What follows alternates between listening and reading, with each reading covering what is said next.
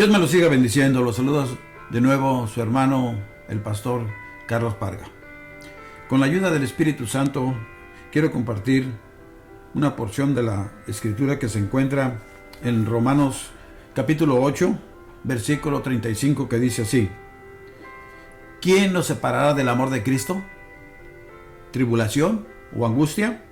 ¿O persecución? ¿O hambre? ¿O desnudez? ¿O peligro? ¿O espada? Padre Celestial, te doy gracias porque me permites de nuevo exponer tu palabra, Señor, por este medio. Que sea tu Espíritu Santo que siga tocando nuestros corazones, Señor, para no solamente ser oidores, sino hacedores de ella, Señor. Te lo pido en el nombre que es sobre todo nombre, en el nombre de Jesús de Nazaret, el Rey de Reyes y Señor de Señores. Como tema, la Inquisición actual.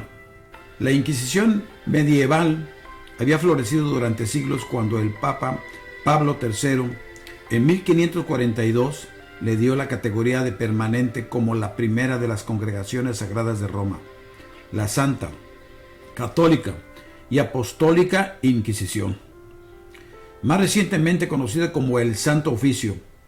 Su nombre fue cambiado en 1967 al de Congregación para la Doctrina de la Fe, algo muy apropiado puesto que las inmolaciones públicas se conocían como actos de fe. La Iglesia Católica Romana nunca ha repudiado la persecución, la tortura y matanza de herejes que han continuado hasta los tiempos modernos, como veremos. Roma hoy se enfrenta con una clara disyuntiva: o su celosa tortura y matanza de tantas víctimas inocentes es motivo de orgullo o es razón para avergonzarse. Por supuesto, Roma ni se va a arrepentir de sus pecados ni va a abandonar su pretensión a la infalibilidad.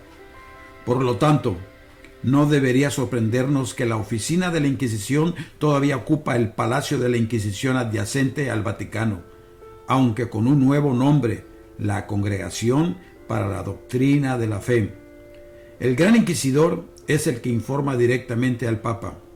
Fue el expapa de Múnich, el cardenal Joseph Ratzinger, a quien la revista Time le llamó el cardenal más poderoso del mundo y, claro, el principal de la Iglesia Católica que impone los dogmas.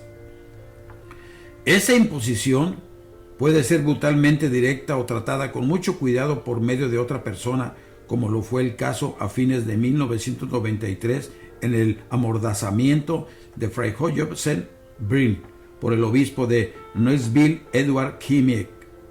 En una carta a los obispos de la nación, Breen, señalando, entre comillas, la vasta diferencia entre lo que se dice en Roma y lo que realmente sucede, apeló por él celibato opcional, pero lo obligaron a firmar una promesa de que no hablaría a los medios noticiosos y, claro, que no criticaría lo que hacen los obispos.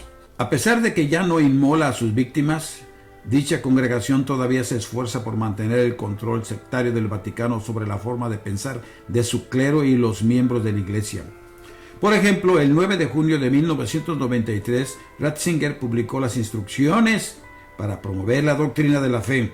El documento exige que se requiere permiso previo para lo que escriban los clérigos y miembros de institutos religiosos para los diarios, revistas o periódicos que están acostumbrados a atacar abiertamente a la religión o buena moral católica. Las instrucciones también advertían a las casas publicitarias católicas a que se conformaran a la ley de la Iglesia, y los obispos están obligados a prevenir la venta y exhibición en sus iglesias de publicaciones sobre religión y moral que carecen de la aprobación de la Iglesia. Esto es la reaparición del índice de libros prohibidos. La Iglesia Católica Romana ha sido la mayor perseguidora de judíos y también de cristianos que el mundo haya visto alguna vez, y ha martirizado a muchísimos más cristianos que la Roma pagana o el islamismo.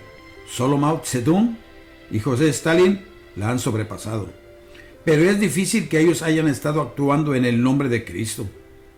La Roma católica no tiene rival entre las instituciones religiosas para calificarse como la mujer que está ebria de la sangre de los santos y los mártires de Jesús. Sin embargo, Juan Pablo II, en su reciente tratado Veritatis Splendor, tiene la audacia de hablar de santos católicos, entre comillas, que dieron testimonio de la verdad moral y la defendieron aún hasta el punto de sufrir el martirio. ¿Qué de los millones a quienes su iglesia masacró porque la conciencia moral y comprensión de la palabra de Dios de ellos no coincidían con los de Roma? El silencio del Vaticano con respecto a sus infames e innumerables crímenes contra Dios y la humanidad es ensordecedor.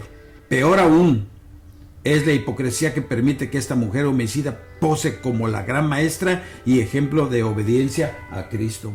Bienaventurados los que padecen persecución por causa de la justicia, porque de ellos es el reino de los cielos. Esto está escrito en Mateo, capítulo 5, versículo 10. Así comenzó Juan Pablo II el día 10 de octubre de 1993, su misa solemne en honor de la beatificación de 11 mártires, claro, católicos, de la Guerra Civil Española y 2 religiosos italianos. Así informaba la influyente revista católica Inside the Vatican, dentro del Vaticano. Como siempre, mientras alaban a mártires católicos, no admiten ni se disculpan por los millones de cristianos y judíos que fueron martirizados por la Iglesia Católica Romana. La hipocresía es monumental. Y bien nos dice Mateo 23:9, y no llaméis Padre vuestro a nadie en la tierra. ¿Por qué? Porque uno es vuestro Padre, el que está en los cielos. Así que nosotros, mi querido hermano, debemos de poner nuestros ojos en el autor, solamente en el autor y consumador de la fe, que es en Cristo Jesús, Señor nuestro. El único que murió y resucitó está sentado a la diestra de Dios Padre.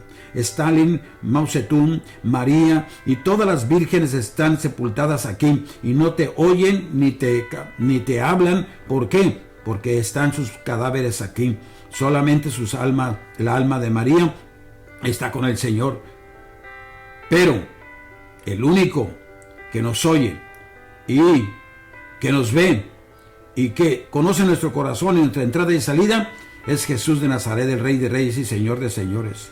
El único que venció a la muerte y que le dijo: muerte, yo seré tu muerte. Y fue así en el monte Calvario, en el monte Gólgota, al derramar su preciosa sangre por nosotros, que dio su vida por nosotros. Por eso dice la Escritura: porque de tal manera amó Dios al mundo, que envió a su Hijo unigénito para que todo aquel que en él cree no se pierda, mas tenga la vida eterna. Él es el Señor de señores y Rey de reyes. No hay otro, no hay otra, le guste o no le guste.